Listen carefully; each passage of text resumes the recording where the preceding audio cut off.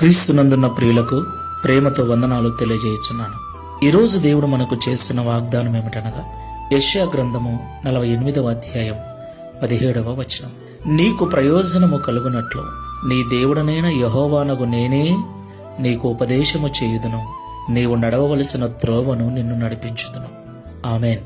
నా ప్రియమైన సహోదరి సహోదరులారా, ఈ లోకంలో జీవిస్తున్న మనమందరం కూడా కుటుంబాలుగా జీవిస్తున్నాం. కుటుంబ పోషణ కొరకు ప్రతిదినం ఉదయం లేచింది మొదలు రాత్రి పడుకునేంత వరకు వ్యాపారం నిమిత్తము కావచ్చు, ఉద్యోగం నిమిత్తము కావచ్చు, వ్యవసాయం నిమిత్తము కావచ్చు, జీవనోపాధి నిమిత్తం కావచ్చు, అనేక ఆలోచనలు కలిగి అనేక మార్గాల గుండా ప్రతిదినం మనం ప్రయాణం చేస్తున్నాం.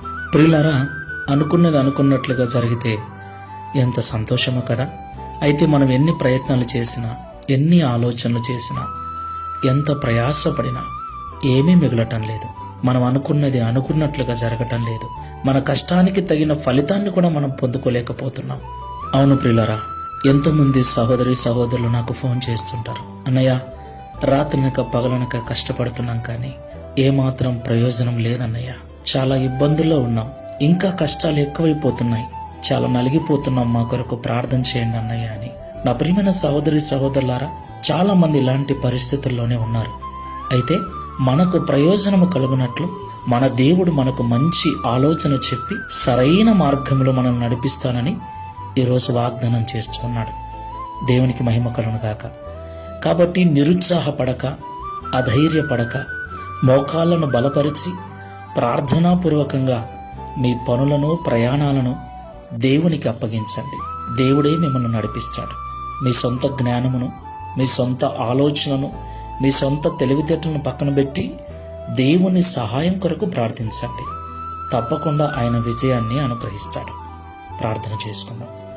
ప్రేమ స్వరూపుడమైన తండ్రి, పరిశుద్ధమైన ప్రభువా, మీకు స్తోత్రాలు చెల్లిస్తున్నాం. అవును తండ్రి, ఇంతవరకు ఎన్నో ప్రయత్నాలు చేశాం, ఎన్నో మార్గాల గుండా ఎన్నో ప్లాన్లు వేసుకొని ముందుకు వెళ్ళాం. కానీ లాభము కంటే నష్టమే, విజయము కంటే అపజయాన్నే ఎక్కువగా పొందుకున్నాం. చివరికి ఏం చేయాలో అర్థం కాక నిలబడిపోయామయ్యా. ఒకసారి మా వైపు చూడండి. మమ్మల్ని గెలిపించడానికి ఈరోజు మీరు మాతో మాట్లాడినందుకు స్తోత్రాలు. మాకు నిజంగా ప్రయోజనకరమైన మార్గములో నడిపిస్తానని, మంచి ఉపదేశము చేస్తానని మాతో మాట్లాడారు.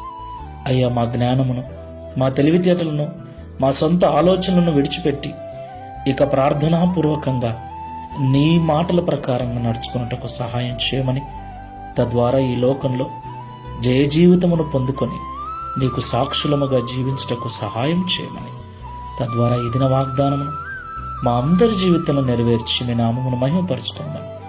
యేసు క్రీస్తు వారి నామములో ప్రార్థిస్తున్నాము తండ్రి. ఆమేన్.